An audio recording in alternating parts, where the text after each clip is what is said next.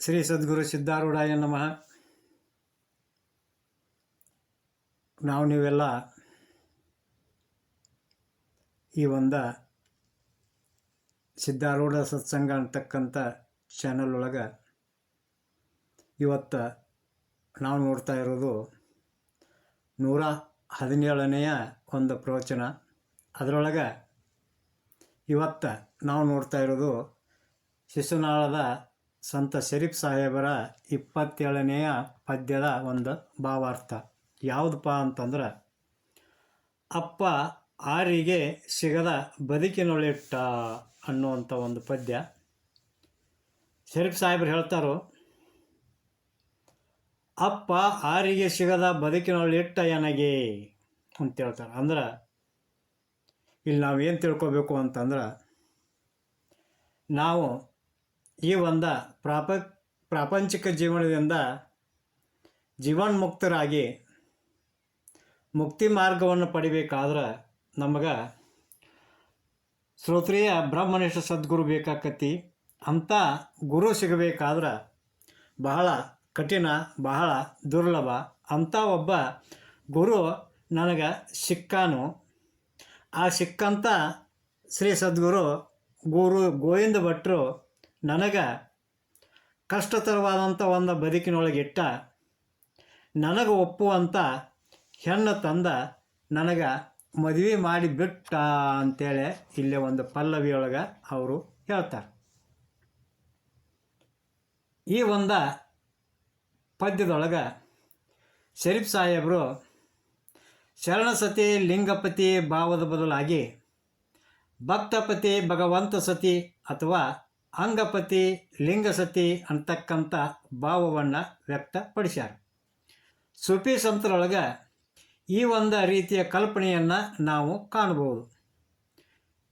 ಈ ಹಿಂದೆ ಸೂಫಿ ಸಂತರ ನಡುವೆ ಬೆಳೆದು ಬಂದಂಥ, ಆಮೇಲೆ ಅನುಭವ ಮಂಟಪಕ್ಕೆ ಬಂದ ಮರುಳಶಂಕರ ದೇವರ ಒಂದು ವಚನದೊಳಗೆ ಈ ಒಂದು ಭಾವವನ್ನು ನಾವು ಕಾಣ್ಬೋದು.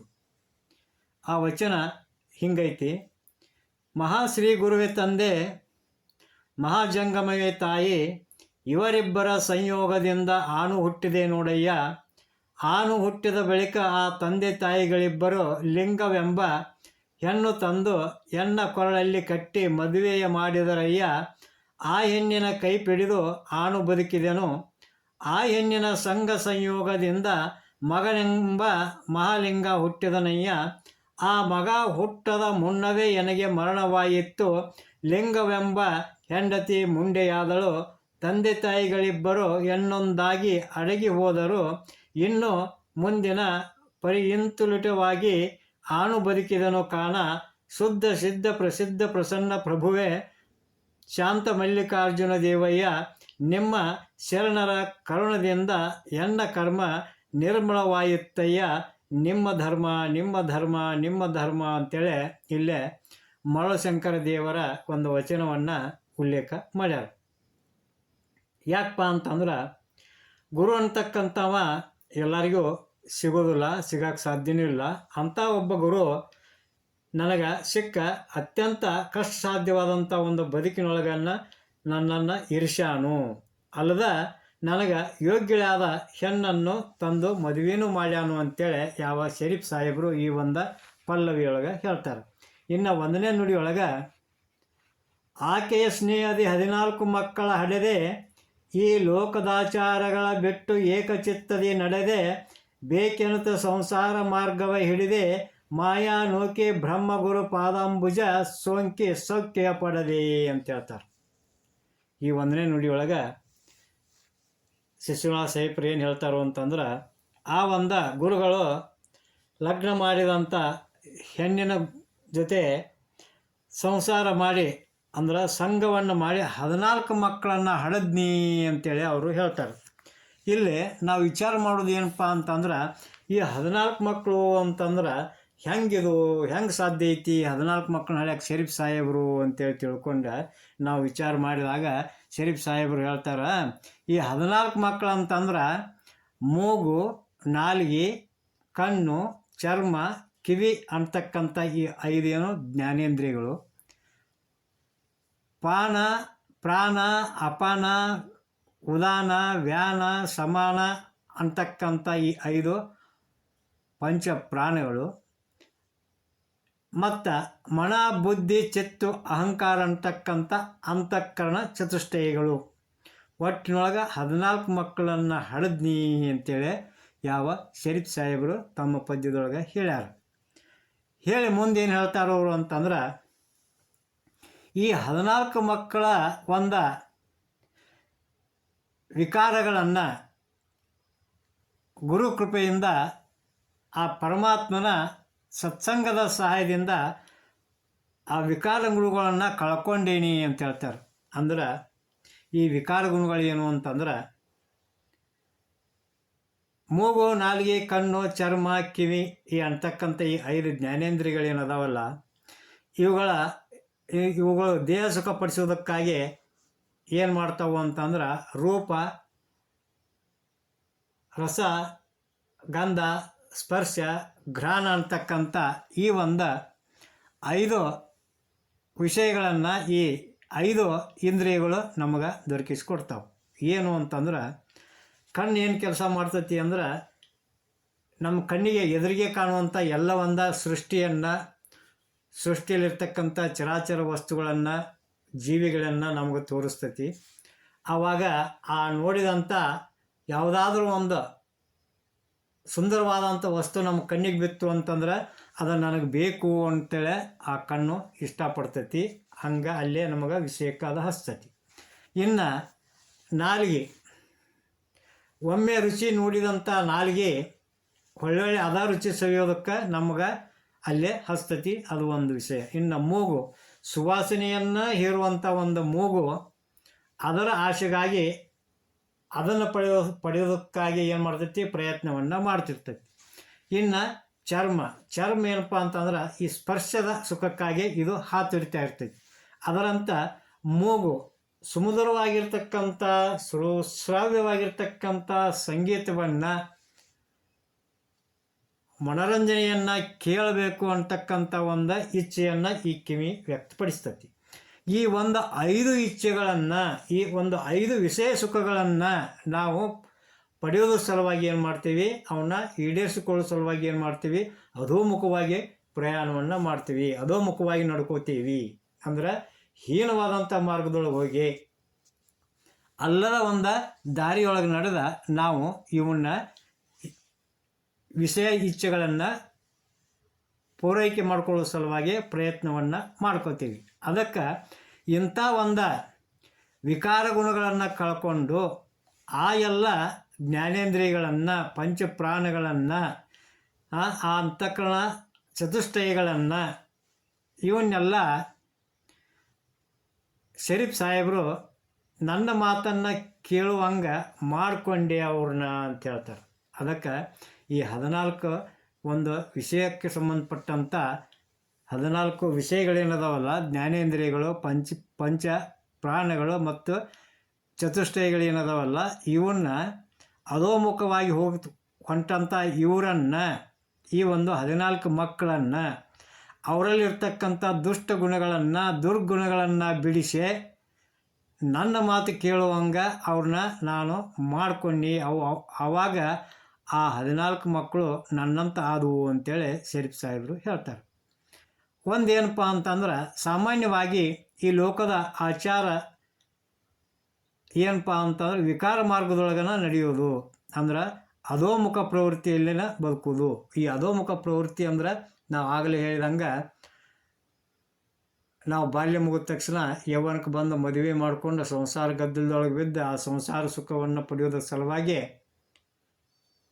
ಒಂದು ಕೆಳಮಟ್ಟದ ಪ್ರಾಪಂಚಿಕ ಜೀವನವನ್ನು ಏನು ನಡೆಸ್ತೇವಲ್ಲ, ಆಶಾಪ್ರವೃತ್ತರಾಗಿ ಹೆಣ್ಣು ಹಣ್ಣು ಮಣ್ಣಿನ ಒಂದು ಬೆನ್ನು ಹತ್ತಿ ಏನು ನಾವು ಜೀವನ ನಡೆಸ್ತೀವಲ್ಲ, ಅದೇ ಜೀವನಕ್ಕೆ ಅಧೋಮುಖ ಪ್ರವೃತ್ತಿ ಅಂತೇಳಿ ಇಲ್ಲಿ ಹೇಳ್ತಾರೆ.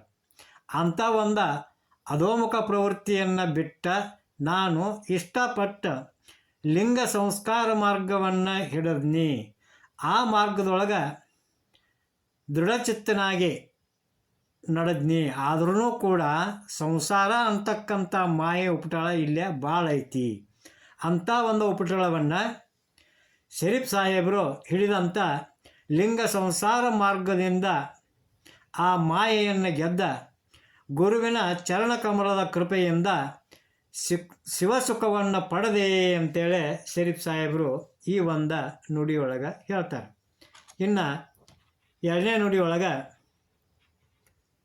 ಓದು ಅಕ್ಷರ ವೇದಶಾಸ್ತ್ರದ ಸೊಲ್ಲ ಸಾಧನ ವಿದ್ಯೆ ಸಕಲೈಶ್ವರ್ಯ ಸಂಪದ ಗಾದೆ ಮಾತುಗಳೆಲ್ಲ ಪಾದದಲ್ಲಿ ಮೆಟ್ಟೆಂದು ಹೇಳಿದನಲ್ಲ, ಬೋಧಿಸಿ ನಾದವೆಂದು ಕಳೆಗಳ ಹಾದಿ ತೋರಿದನಲ್ಲ ಅಂತ ಹೇಳ್ತಾರೆ. ಇದರ ತಾತ್ಪರ್ಯ ಏನಪ್ಪ ಅಂತಂದ್ರೆ, ಹೊಟ್ಟೆಪಾಡಿಗಾಗಿ ಕಲಿಯುವಂಥ ಲೌಕಿಕ ವಿದ್ಯೆ, ಶಾಲಾ ಕಾಲೇಜು ವಿದ್ಯೆ ಆಗ್ಬೋದು, ಜೀವನ ನಡೆಸೋ ಸಲುವಾಗಿ ವೇದಶಾಸ್ತ್ರ ಗಾದೆ ಮಾತು ಏನದಾವಲ್ಲ, ಇಂಥವನ್ನೆಲ್ಲನೂ ಮೆಟ್ಟಿ ನಿಂತ ಅಂತರಂಗದ ಅನಾಹತನಾದವನ್ನು ಕೇಳುವಂಥ ಶಕ್ತಿಯ ಸಾರವಾದ ಬಿಂದುವನ್ನು ಉಳಿಸಿಕೊಂಡ ಆನಂದದಲ್ಲಿ ತೇಲುವ ಆತ್ಮಾನಂದದ ಪುಳಕಿತ ಕಥೆಗಳನ್ನು ಕಳೆಗಳನ್ನು ಕಾಣುವ ಅಲೌಕಿಕ ದೈವಿ ಮಾರ್ಗವನ್ನು ಶ್ರೀ ಗುರು ಗೋವಿಂದ ಭಟ್ರು ನನಗೆ ಉಪದೇಶ ಮಾಡಿದರು ಅಂತೇಳಿ ಈ ಒಂದು ಎರಡನೇ ನುಡಿಯೊಳಗೆ ಹೇಳ್ತಾರೆ. ಇನ್ನು ಮೂರನೇ ನುಡಿಯೊಳಗೆ ಮಣ್ಣು ಹೊಲಮಣಿ ಕೆಲಸ ಕಾರ್ಯಗಳೆಂಬ ಹೊಣ್ಣು ಬೆಳ್ಳಿ ಬಂಗಾರ ಹಣಗಳನ್ನು ಎನಿಸಿ ಇಡುವ ಜಂಬ ತನ್ನರಿಯದ ಅನ್ಯ ಕರ್ಮದ ಡಂಬವ ಬಿಡಿಸಿ ಚೆನ್ನ ಶಿಶುನಾಳೇಶನೊಳು ಪಡೆಯಂದ ಭಾಗ್ಯದ ಕುಂಭ ಅಂತ ಹೇಳ್ತಾರೆ. ಅಂದ್ರೆ ಯಾವಾಗಲೂ ಪ್ರಾಪಂಚಿಕ ಜೀವನದೊಳಗೆ ಒಮ್ಮೆ ನಾವು ಸಂಸಾರದೊಳಗೆ ಧುಮುಕಿದೀವಿ ಅಂತಂದ್ರೆ ಒಂದು ಶರಣ ವಚನದಂಗೆ ನಾವೇನು ಮಾಡ್ತೀವಿ ಅಂತಂದ್ರೆ, ಉಂಬುವುದಾದರೆ ಉಡುವ ಚಿಂತೆ, ಉಡುವುದಾದರೆ ಉಳಿಸುವ ಚಿಂತೆ, ಉಳಿಸುವುದಾದರೆ ಹೆಂಡಿರ ಚಿಂತೆ, ಹೆಂಡಿರಾದರೆ ಮಕ್ಕಳ ಚಿಂತೆ, ಇಂತಿಪ್ಪ ಜನರನ್ನು ಕಂಡೆ ನಾನು, ನಿಮ್ಮ ಚಿಂತೆಯನ್ನು ಮಾಡುವವರನ್ನು ನಾನು ಕಾಣದಾದೆನು ಅಂತೇಳಿ ಒಂದು ಶರಣರ ವಚನ ಏನೈತಲ್ಲ, ಹಂಗೆ ಈ ಒಂದು ಸಂಸಾರ ಒಂದು ಚಕ್ರದೊಳಗೆ ನಾವು ಸಿಲುಕು ಹಾಕ್ಕೊಂಡಿವಿ ಅಂತಂದ್ರೆ, ಹೊಲ ಗಳಿಸ್ಬೇಕು, ಮಣಿ ಹಾಕಿಸ್ಬೇಕು, ನಾನು ಒಳ್ಳೊಳ್ಳೆ ಕೆಲಸಗಳನ್ನು ಮಾಡಿ ದುಡಿದ ಹೊಣ್ಣು ಕಳಿಸ್ಬೇಕು, ಮಣ್ಣು ಗಳಿಸ್ಬೇಕು, ಬೆಳ್ಳಿ ಬಂಗಾರ ಗಳಿಸ್ಬೇಕು ಅಂತೇಳಿ ಅವುಗಳ ಸಲುವಾಗಿ ಈ ಶರೀರವನ್ನು ಸಣ್ಣ ಮಾಡಿ ಹಗಲು ರಾತ್ರಿ ಅನ್ನದ ದುಡ್ದ ನಾವೇನು ಮಾಡ್ತೀವಿ, ಹಣವನ್ನು ಗಳಿಸ್ತೀವಿ. ಆ ಹಣವನ್ನು ಗಳಿಸಿದ ಮೇಲೆ ನಾ ಇಷ್ಟೊಂದು ಹಣ ಗಳಿಸಿದ್ನಿ ಅಂತೇಳಿ ಅವನಿಗೆ ಪ್ರತಿ ದಿವಸ ಎನಿಸಿ ಇಡುವಂಥ ಒಂದು ಜಂಬ, ಅಹಂಭಾವ, ಅಹಂಕಾರ, ಆ ಒಂದು ಸಮಾಜದೊಳಗೆ ನಾ ಇಷ್ಟೊಂದೆಲ್ಲ ಗಳಿಸಿದ್ನಿ ಅಂತೇಳಿ ತಿಳ್ಕೊಂಡು ನಾವೇನು ಹೆಮ್ಮೆ ಪಡ್ತೀವಲ್ಲ, ಆ ಒಂದು ಜಂಬ ಏನು ಮಾಡ್ತೈತಿ ಅಂದ್ರೆ, ತನ್ನನ್ನು ತಾನು ಅರಿದನ ನಾವು ನಮ್ಮನ್ನು ನಾವು ತಿಳ್ಕೊಳ್ಳೋದನ ಏನು ಮಾಡ್ತೀವಿ, ಆ ಒಂದು ಡಂಬಾಚಾರವನ್ನು, ಆ ಒಂದು ಅಹಂಕಾರವನ್ನು ನಾವೇನು ಮಾಡ್ತೀವಿ, ಜನರೊಳಗೆ ಅದನ್ನು ಪೋಷಣೆ ಮಾಡುವ ಸಲುವಾಗಿ ಆಡಂಬರದ ಡಂಬಾಚಾರಗಳನ್ನು ಮಾಡುವಂಥ ಏನು ನಮ್ಮ ಕಾರ್ಯಗಳೇನದಾವಲ್ಲ, ಅಂಥವನ್ನೆಲ್ಲನ್ನು ಬಿಡಿಸಿ ನನ್ನನ್ನು ನಾನು ತಿಳಿದುಕೊಳ್ಳುವಂಥ ಆತ್ಮಜ್ಞಾನದ ಮಾರ್ಗವನ್ನು ಬೋಧಿಸಿ ಆ ಪರಮಾತ್ಮನಲ್ಲಿ ಬೆರೆತು ಎಂದೆಂದಿಗೂ ಸಾವಿಲ್ಲದ ಸೌಭಾಗ್ಯದ ಕುಂಭವಾದ ಅಮೃತವನ್ನು ಸವಿ ಅಂತ ಹೇಳಿ ಆ ಯಾವ ಸದ್ಗುರು ಗುರು ಗೋವಿಂದ ಭಟ್ರು ನನಗೆ ಉಪದೇಶ ಮಾಡಿದರು ಅಂತೇಳಿ ತಿಳ್ಕೊಂಡ ಈ ಒಂದು ಪದ್ಯದೊಳಗೆ ಶರೀಫ್ ಸಾಹೇಬರು ಸದ್ಗುರುವಿನ ಒಂದು ವರ್ಣನೆಯನ್ನು ಮಾಡ್ಯಾರ ಅನ್ನುವಲ್ಲಿಗೆ ಇನ್ನೊಂದು ಮಾತು, ನಮ್ಮ ಈ ಇವತ್ತಿನ ಶರೀಫ್ ಸಾಹೇಬರ ಒಂದು ಭಾವಾರ್ಥವನ್ನು ಹೇಳುವಂಥದ್ದು ಸುಮಾರು 27ನೇ ಪದ್ಯ ಇವತ್ತು. ಈ ಒಂದು ನಮ್ಮ ಪ್ರವಚನ ತಮಗೆ ಇಷ್ಟವಾಗಿದ್ದರೆ ನಮ್ಮ ಒಂದು ಚಾನಲನ್ನು ಸಬ್ಸ್ಕ್ರೈಬ್ ಮಾಡಿಕೊಳ್ಳಿ. ಹಾಗೆ ಈ ಒಂದು ಕಾರ್ಯಕ್ರಮದಲ್ಲಿ ತಮ್ಮಿಂದ ಏನಾದರೂ ಸಲಹೆ ಸೂಚನೆಗಳಿದ್ದರೆ ಅವುಗಳನ್ನು ಕಮೆಂಟ್ ಮೂಲಕ ತಿಳಿಸ್ಬೇಕಂತ ಹೇಳ್ತಾ ಎಲ್ಲರಿಗೂ ಶರಣಾರ್ಥಿಗಳನ್ನು ಸಲ್ಲಿಸಿ ಇವತ್ತಿನ ಪ್ರವಚನ ಕಾರ್ಯಕ್ರಮವನ್ನು ಮುಕ್ತಾಯಗೊಳಿಸೋಣಂತ. ಜೈ ಮಂಗಲಂ, ಜೈ ನಮಃ ಪಾರ್ವತೀಪತಿ ಶಿವ ಹರ ಹರ ಮಹಾದೇವ. ಶ್ರೀ ಸದ್ಗುರು ಸಿದ್ಧಾರೂಢಾಯ ನಮಃ. ಶ್ರೀ ಮನ್ಯ ಜೀವನ ಶಿವಯೋಗಿ ಮಹಾರಾಜ್ ಕಿ ಜೈ.